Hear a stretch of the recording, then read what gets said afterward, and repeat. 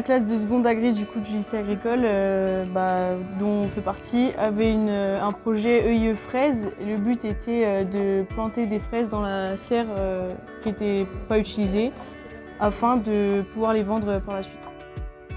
Au tout début, on a commencé à parler des aspects économiques, des enjeux qu'on allait faire, si on allait les vendre, l'avenir de la serre, l'avenir des fraises. Et ensuite, on a commencé petit à petit à venir faire des travaux dans la serre. D'abord, on l'a un petit peu rénové parce que c'était pas jojo à voir.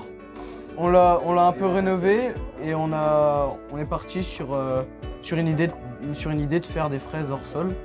Et on a construit peu à peu toutes ces gouttières, puis on a installé les fraises.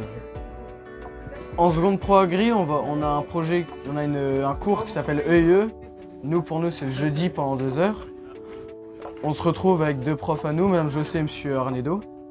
Apprendre de cette façon-là, ça nous fait voir à gérer un projet pour plus tard, parce qu'on en aura besoin, on gérera tous des projets, mais ça nous apprend à voir un petit peu l'aspect économique qu'on a vu en classe, puis là l'aspect pratique, voir comment faut faire pour mettre en œuvre un chantier, comment travailler en équipe, parce qu'on est quand même presque 30, donc il faut bien travailler en équipe.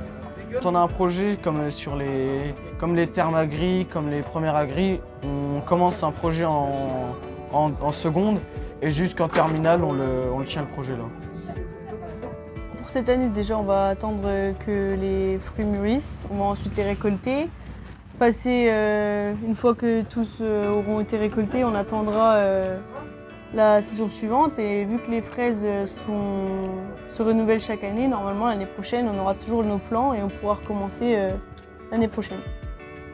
Ici on met aussi des salades avec les fraises pour une meilleure valorisation de l'espace. Ça nous fait un petit plus, c'est ça qui peut rentrer, donc c'est bon à prendre, c'est bon à apprendre. Du coup, la semaine dernière, on était en stage. Et ça fait 3 semaines qu'on n'est pas venu à la serre, puisque on n'était pas là.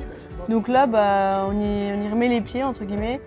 Et on se rend compte qu'il y a beaucoup d'herbes, il y a beaucoup de saletés qui ont poussé, donc il faut tout désherber. Il faut ensuite qu'on s'occupe d'améliorer le système d'irrigation. Et surtout, oui, la première chose, c'était surtout de désherber. Il reste aussi les salades à couper, qui sont déjà bonnes. On peut les couper pour les vendre aujourd'hui.